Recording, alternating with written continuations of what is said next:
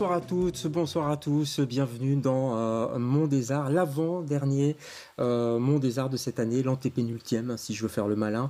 Alors c'est pas encore l'été, et pourtant, vous l'avez remarqué, les compteurs s'affolent, on annonce plus de 29 degrés dans les rues de la capitale. Aïe, c'est sûr, il n'y a plus de saison, ma bonne dame. D'autant plus que les théâtres font un petit peu comme les couturiers, les grands couturiers. Vous savez, ils nous projettent déjà dans les saisons automne-hiver 2025-2026, à grands coups de conférences de presse, d'affiches, de messages sur leur site et leurs réseaux sociaux. Bref, tous sortent la grosse artillerie, comme on dit. Et puis, cette année, peut-être plus que jamais d'ailleurs, ils manifestent quasi tous un soutien sans ambiguïté pour la cause du peuple palestinien. Et c'est bien courageux. Mais au fond, finalement, si on prend un peu de recul, qu'est-ce qu'une saison de spectacle? Comment la prépare-t-on tout en restant à l'écoute, comme je l'ai dit, des bruits du monde? Comment y insuffle-t-on de l'engagement tout en dosant les indignations pour respecter tout de même les opinions de tous les publics?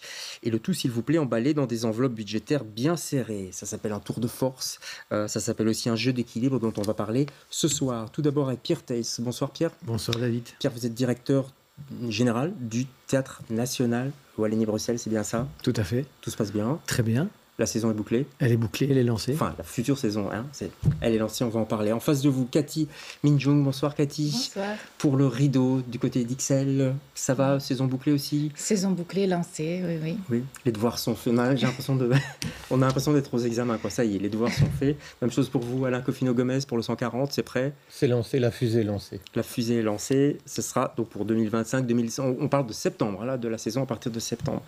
Et Alexandre Caputo, même chose, bon élève aussi. Bonjour. Pour le Théâtre Les Tanneurs. Oui, tout est lancé. Oui, allez, on va voir tout ça. On va surtout expliquer comment vous préparez tout ça, parce que c'est un travail, on ne le sait pas suffisamment, mais qui se prépare longtemps à l'avance. On va commencer par le teaser du Théâtre National, de la future saison du Théâtre National Wallonie-Bruxelles. Regardez.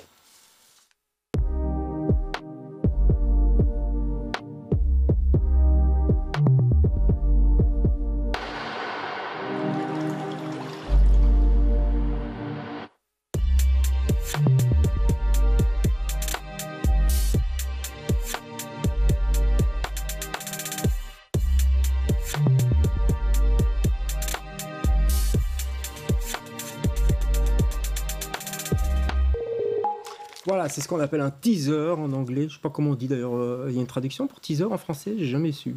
Je n'utilise pas en tout cas. C'est bande-annonce peut-être? Bande-annonce, très bien. On va dire ça. Bon, alors, il y a la vidéo qui est sur Internet, on va dire, qui circule sur Internet. Il y a du papier aussi. Une belle brochure papier glacier, dont quand même, on réduit quand même l'impression. Je pense qu'on est tous dans le même cas aujourd'hui. Pourquoi? Pour des raisons écologiques et budgétaires et aussi, écologiques, bien sûr. Ouais. C'est une manière de faire des économies. D'accord. Tant que j'y suis, je montrerai tous les papiers. Ça, c'est le 140. C'est joli. On essaye de faire un bel objet aussi. Ouais. Cathy... J'ai oublié notre petit marque-page Elle traditionnel. l'a oublié chez elle. Mais il est très joli. C'est pas grave. Oui, il est très joli. L'affiche est très jolie aussi. On la verra tout à l'heure. Les couleurs sont mauves. Et chez vous aussi, voilà. C'est beau ce dessin. Qui l'a dessiné? C'est Eddy Dubien. C'est un artiste français qui expose en ce moment à Paris, D'accord. Au Musée de la Nature et de la Chasse. C'est un artiste qui me touche beaucoup et qui met beaucoup en relation des humains et des animaux. D'accord. Oui, on voit carrément là. Ouais. Et je signale que, par exemple, parce que j'ai vous quatre ici autour de la table, mais quasi tous les théâtres sont prêts aussi. Je signale que le Théâtre des Martyrs, c'est l'artiste Stéphane Arcas, puisqu'on parle d'artiste plasticien aussi, qui est aussi comédien et qui a participé au design, on va dire, de ces brochures. Le graphisme est important. Je voulais savoir, est-ce que le budget com est important? C'est quelle part dans le Théâtre National, le budget Chez com? nous, c'est 2-3%. C'est pas non plus immense. Pas plus? Non.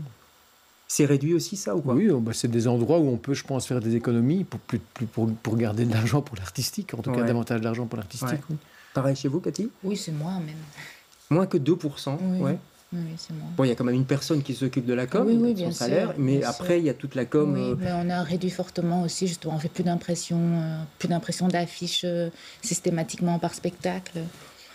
On a D'accord. organisé différemment la communication. Mais le visuel est important chez vous. Quand on passe rue Goffard, on ne peut pas louper le théâtre. On le voit sur la façade. C'est important Ouais, aussi, ça. très important. Ouais. Ouais. Comme c'est vraiment un théâtre qui est encastré dans la ville, Ouais. on pourrait très bien passer devant. Et d'ailleurs, encore aujourd'hui, beaucoup de gens qui habitent le quartier depuis des années nous disent « Ah, je ne savais pas que c'était un théâtre. Ouais. C'est général, c'est partout.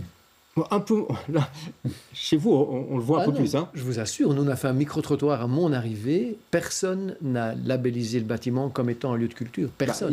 C'était quoi alors pour eux, des bureaux? Des bureaux d'assurance. Ça a été critiqué Le au corps début, business le plus rapproché d'une autre était une bibliothèque. Comme quoi, Ah il y a ouais. du travail encore. C'est pas... Ouais, il y a quelque chose de bibliothèque. Maintenant que vous le dites, ouais. Mais nous, ça passait vraiment pour une maison. Ouais. Personne ne se doutait qu'il y Mais avait alors, quoi il y a que ce pire, il y a l'arrière-cour. Là, Ah, au 140, il faut vraiment pousser la grille, quoi, non? Oui, on fait un gros travail justement pour essayer d'être visible, en tout cas d'être dans l'esprit des gens. C'est pour ça que l'identité d'un lieu elle est importante, que l'image qu'on véhicule, et que ça s'exprime en effet dans le graphisme et dans les objets de communication. On dit un peu qui on est. Est-ce que vous avez envie de nous rencontrer, nous Là, on présente quelque chose de nous. Ouais, on va voir quelques images du graphisme des tanneurs, parce qu'il est à la fois simple et classieux, j'ai envie de dire, pour parler comme Gainsbourg. Hein. Un cœur qui bat, déjà, c'est très très beau, je trouve. Voilà, ça passe pour l'instant, les téléspectateurs le voient. Comment vous avez géré ça? Comment ça s'est passé? Pourquoi cette simplicité? D'abord parce que j'aime bien la simplicité. Oui. Ensuite, parce qu'on a des moyens limités et que je trouve que quand on fait vraiment attention aux moyens, il faut veiller à être très clair, être compris très rapidement, parce qu'on ne va pas avoir beaucoup de relais, on ne va pas pouvoir envahir la ville avec nos affiches. Bah non. Et donc on fait au plus simple, et puis c'est le travail que mène notre service de communication avec l'agence de graphisme Stump, avec qui on collabore et on s'entend très bien. D'accord. On est carrément dans la séduction, là, j'ai l'impression. Il faut séduire le public, il faut l'accrocher. On va regarder la bande-annonce aussi, le teaser de chez vous. On la regarde et puis on se dit, bah ouais, on va aller au 140, quoi, regardez.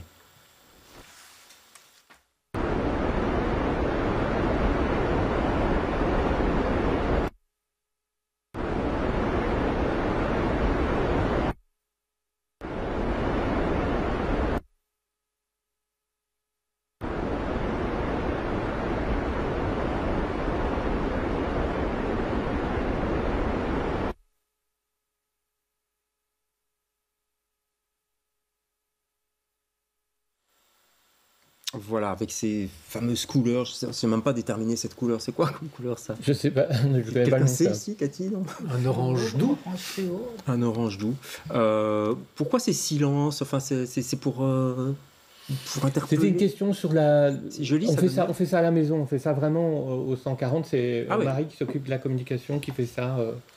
Voilà. D'accord, on Elle salue fait Marie. tout. Donc elle fait le montage, elle fait tout ça, et on se posait la question de la musique, des droits d'auteur, quand on présente toute une programmation, Bien mais sûr. quelle musique Et puis on s'est dit, mais pourquoi pas 100 et justement teaser sur cette question-là, sur ce vide-là, et puis voilà, donner envie, comme vous disiez, et poser des questions plus que de répondre. Ah bah, en tout cas, ça marche, avoir tous vos visuels pour vous qui êtes autour de cette table. Préparer une saison maintenant, ça se fait longtemps à l'avance. Donc la saison va sortir pour le national. Vous êtes sur les chemins de traverse depuis longtemps? On prospecte évidemment, et puis après je trouve que, je ne sais pas si pour vous c'est pareil, après 4 ans de direction maintenant, je pense qu'il y a des canevas qui s'installent de manière très claire sur la manière dont on programme, sur ce qu'on a envie de programmer. Oui, parce qu'il y a une ligne éditoriale. Oui, quand il y a même. clairement une ligne éditoriale. Je dirais au national, elle est assez identifiable, je pense. Ouais. La visibilité des artistes de la Fédération Wallonie-Bruxelles, évidemment, 70% des D'abord, ça, spectacles c'est dans sont- vos missions. Exactement, mais il n'y a pas vraiment de quota établi, mais en tout cas, nous, c'est une ambition qu'on se donne. L'importance de faire découvrir aussi d'autres territoires de création, avec des artistes internationaux, qui proposent des formes souvent plus hybrides, différentes. Et puis toute la place accordée à la médiation, qui s'intègre parfaitement à la programmation, parce que je reste convaincu qu'avec ces dispositifs particuliers, les récits et les histoires, ils peuvent aussi exister en dehors de nos plateaux. Maison Gertrude, qui est le centre d'art qu'on a ouvert en Maison de Repos. On va voir une photo On d'ailleurs est un de parfait Maison Gertrude. exemple, voilà. Ouais. Et ça fonctionne bien, la Maison Gertrude. Elle est ouverte il y a quoi? Le 24 mai dernier, Voilà, on voit une on a photo eu là. la pour première l'instant, visite ouais. hier, publique. Première visite publique, oui. Je crois que c'est un succès. Ouais, ça marche très bien. Il n'y aurait pas de maison Gertrude sans subside d'ailleurs, hein, parce qu'on critique, on dit non, souvent... en termes d'accessibilité et de la manière dont on touche à un public excessivement large, évidemment, sans subside, on n'y arriverait pas, c'est certain. Parce que ça vous travaillez dans le temps. Voilà. Quand on va voir des spectacles, Cathy, pour essayer de les amener à la maison, j'allais dire, puisque c'est une maison en plus, est-ce qu'on choisit des spectacles qui sont déjà aboutis, ou on va voir aussi des projets, ou voire même on travaille sur des notes d'intention? Comment ça se passe? Alors, au Rideau, c'est majoritairement de la création. On fait très peu d'accueil. Donc, en général, moi, je vais voir évidemment beaucoup de spectacles, mais je vais voir beaucoup d'étapes de travail, en fait, pour approcher une démarche, une sensibilité d'artiste, pour rencontrer un travail prometteur, qui promet quelque chose, en tout cas. Et c'est sur base de ça qu'on va se rencontrer, discuter, parler du projet, sur base de la note d'intention, et qu'on va accompagner l'artiste dans la création de ce projet. Par contre, je vais voir aussi beaucoup de spectacles finis, peut-être pas pour les faire venir, mais pour rester un peu attentive et sensible, en phase avec ce qui se fait, ce qui va se faire, ce que je pressens, ce qui me manque, ce que je pense qui pourrait manquer aux spectateuristes. Enfin, voilà, c'est pour rester vraiment connecté à la création pour ce qu'elle est aujourd'hui, mais aussi pour ce qu'elle a été et pour ce qu'elle pourrait être. Voilà, les deux étapes sont importantes. Alexandre, ça arrive qu'on tombe, je sais pas moi, Pierre a repéré un spectacle, vous les repérez aussi. Et vous êtes tous les deux comme deux oiseaux sur un morceau de viande, quoi. Est-ce que ça arrive, ce genre de choses ou pas? Non, parce qu'on se parle et qu'on arrive à s'entendre. Donc, bien entendu, qu'on a des intérêts croisés. Mais à chaque fois, ça se passe bien et on essaye de travailler dans l'intérêt des artistes. Ouais. Nous, au Tanner, ce qu'on fait aussi, parce que je travaille comme Cathy et comme Pierre... Il faut expliquer aux gens qu'il y a des passerelles entre vous, beaucoup. Mais avec le Varia aussi, qui n'est pas là. Il y a aussi 9 artistes associés au Théâtre Les Tanneurs, donc je travaille avec toutes et tous en fonction de leurs envies. Et je trouve c'est très chouette aussi de s'engager avec des artistes sur une durée, de leur dire, en fait, chaque fois que vous allez venir me voir, je vais vous dire oui, parce que vous êtes associés. Ouais. Et ça, c'est leur donner une liberté qui est importante, je trouve. J'aime bien ce mot, on travaille dans l'intérêt des artistes. J'aime bien cette phrase. C'est le cas aussi au 140. C'est quoi l'intérêt des artistes? C'est leur donner les moyens de ce qu'ils ont envie de transmettre sur la scène. Ouais. Et on est là pour écouter ça, pour leur donner dans les moyens que nous on a, et de leur donner aussi l'occasion d'une rencontre avec le public, parce que ça fait partie aussi. C'est un peu l'aboutissement. C'est se dire, parfois il faut dire, non, ça dans le théâtre, dans le projet que je développe dans ce théâtre, ça va pas rencontrer le public. Et pourtant c'est une forme qu'on aime. Donc programmer, c'est aussi faire des choix qui peuvent être étranges. C'est-à-dire d'aimer beaucoup un artiste, une expression, puis se dire, c'est pas à mon endroit. Mais ça ne veut pas dire qu'on ne travaille pas avec cette personne, justement. Les liens qui se font de plus en plus avec tous les théâtres font que c'est un magma. Vous prenez des risques parfois. Évidemment qu'on prend des risques. Oui, c'est ça qui est excitant. C'est le sel de votre métier aussi. Exactement, mais c'est un peu comme la recherche scientifique qui a aussi besoin d'argent d'ailleurs. C'est un projet de création, c'est ça. On ne sait pas vers où on va toujours. Ça peut être une grande réussite, comme ça peut être en effet quelque chose qui ne fonctionne pas. Et en même temps, ça permet que la société ne se fiche pas. Alexandre? C'est le sens de la subvention publique. Exactement. C'est-à-dire, donc, vous êtes assuré d'avoir la subvention, et ça vous permet de prendre des risques. De soutenir des artistes dans leurs risques, dans leur prise de risque, de ne pas tabler toujours sur des succès. Bien entendu qu'on va être sensible au succès, à la rencontre la plus large possible avec les publics les plus nombreux et les plus diversifiés. Mais il faut aussi qu'on puisse soutenir des projets parfois improbables, risqués. Et les risques d'aujourd'hui, les nouveaux récits d'aujourd'hui feront les classiques de demain. Et donc c'est très très important d'investir dans des écritures d'aujourd'hui. Ouais, mais parfois il y a des flops quand même. On se dit, celui-là j'aurais pas dû le prendre. Ou ça arrive quand même, non, dans une carrière, non, dans une saison. Mais c'est pas pour ça qu'on dit j'aurais pas dû prendre. On peut se dire, ça fait partie du jeu. Oui, accompagner un artiste, c'est l'accompagner pour le meilleur et pour le pire. Est-ce qu'il y a des deadlines, c'est-à-dire, vous avez rentré vos saisons, est-ce qu'il y a un maximum, je sais pas, vos CA, vos conseils d'administration vous disent, Coco, on doit avoir ta saison là pour la mi-juin, par exemple. Je sais pas, Cathy. Plus que le contenu de la saison, évidemment, c'est lié aux chiffres qu'il faut rendre. Au chiffre, c'est-à-dire à ce que ça coûte, voilà, quoi. Et ça coûte. Donc, face au conseil d'administration, il faut rendre les chiffres, le budget prévisionnel, le rapport d'activité. Pareil pour la Fédération Wallonie-Bruxelles, le rapport d'activité. Et puis surtout, il y a ce qu'on oublie, c'est qu'on doit anticiper aussi. Les demandes de subventions, d'aide au projet se font à l'avance. Et si on veut que le projet ait suffisamment d'argent, donc toute la réflexion financière, elle doit se faire bien à l'avance pour être capable de porter cette création. C'est le principe du contrat programme. On peut peut-être expliquer au public ce que c'est. Ça vous donne, on va dire, un horizon, non? Donc c'est des missions qui nous sont définies à la fois par la direction du théâtre, mais par le ministère de la Fédération Wallonie-Bruxelles, dans un budget cadré, et qui nous lie au ministère pour 5 ans. Donc là, on a signé il y a 1 an le contrat programme qui va courir jusqu'à 2028. Ça, c'est le ministère, c'est la Fédération Wallonie-Bruxelles. Par rapport à vos conseils d'administration, est-ce que vous avez des comptes à rendre sur votre saison? Alors, oui, bien sûr qu'on a des comptes à rendre et c'est normal, mais il y a quand même des nuances à apporter. Il y a une liberté de programmation. Et donc, il nous incombe de programmer dans le cadre d'un projet artistique prédéfini et validé par un conseil d'administration. Vous avez été engagé sur un projet quand même. Hein, mais en clair, un conseil d'administration ne s'immisce pas dans la programmation à moins que celle-ci puisse représenter un problème par rapport aux valeurs de la Fédération Wallonie-Bruxelles. C'est déjà arrivé ? C'est arrivé à ma connaissance 2 fois. Au Tanner ? Non, pas du tout. Non. Moi, j'ai jamais eu ça.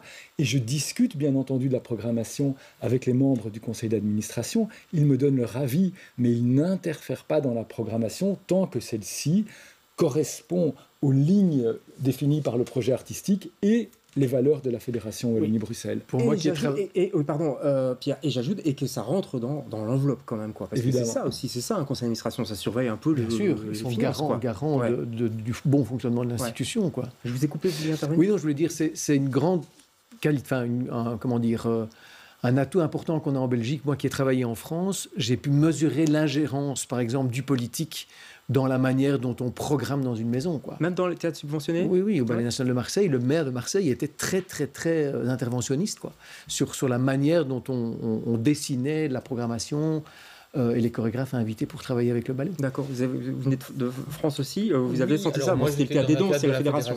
Mais il n'y a pas eu ce genre de problème. Vous sentez ce genre de choses? Oui, et plus un lieu de culture est proche du pouvoir local, et plus ça risque d'arriver. Et ça arrive beaucoup dans les petites villes en France où finalement c'est le maire qui fait la programmation. On a eu le problème mais c'est un centre culturel, on a fait une émission là-dessus, on ne va pas revenir là-dessus, mais du centre culturel Le Duc, où il y a vraiment eu visiblement des soucis au niveau de la programmation. Mais c'est un autre débat. Nous, on a un CA qui est politisé, c'est-à-dire que toutes les tendances idéologiques sont représentées, et ça se passe très bien. Il n'y a aucun représentant d'un parti quelconque qui est jamais intervenu. Ce qui n'est pas le cas on chez a les Flamands de très bonnes relations. C'est plus dur chez les Flamands? Ah oui, Michael Lecoq du KVS me signale régulièrement que c'est parfois problématique, quoi. Notamment parce qu'il y a des membres du Vlaams qui siègent dans son conseil d'administration. Il n'a pas le choix. Non, il n'a pas le choix. Nous non plus. Alors, on va parler justement un peu des indignations. Je voudrais qu'on regarde une photo, puisqu'on n'a pas j'enfonce le clou. Hein. Juste une photo du rideau, vous voyez, donc ça s'appelle ICLV. Alors je vais lire le petit texte. C'est Ici commence la vague, c'est très beau, je trouve. Aux indigestes courants, xénophobes, totalitaires, populistes, racistes, de repli sur soi, de déshumanisation qui parcourent le monde, nous répondrons par des vagues plus fortes et plus puissantes, celles de nos indignations, de nos valeurs, de nos projets et de nos désirs. C'est important d'être indigné, Cathy? Oui. C'est un peu ce qui nous reste, quoi. C'est tout ce qui nous reste, ouais. C'est le rôle d'un théâtre de présenter, de parler de ses indignations. Je ne vais pas parler de rôle du théâtre, je vais parler du devoir d'un théâtre de porter la voix des artistes et de porter la voix des spectateuristes, des artistes, des gens qui le fréquentent, qui y travaillent, qui le font exister et qui en ont besoin. Ouais. Donc, c'est pas un rôle, c'est un devoir, en fait, d'être l'espace qui fait entendre toutes ces voix. Ouais. D'accord avec ça, Alexandre?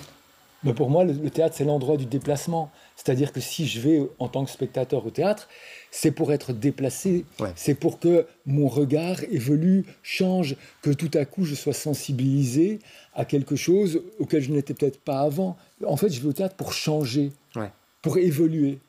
Et donc, le théâtre, oui, c'est un endroit qui doit nous titiller, effectivement. Alors, tout le monde n'est pas d'accord avec ça. Les indignations sont parfois plus précises. On va regarder une photo. Pierre, je vous vois sourire déjà, parce que je sais que ça vous a donné des cheveux blancs. Enfin, vous n'avez pas trop de cheveux blancs, ça va encore. Moins que moi, en tout cas. Voilà, c'est cette photo-là. C'était la conférence de presse au National. Ça a fait couler beaucoup d'encre, puisqu'il y avait le drapeau palestinien pendant la conférence. Est-ce que vous assumez ce moment, ou est-ce que vous le regrettez? Non, je l'assume pleinement. Je l'ai posé, je l'assume pleinement. Le geste, il est complexe. Il est à la fois politique et en même temps, il permet de retrouver un standard de l'humanitaire.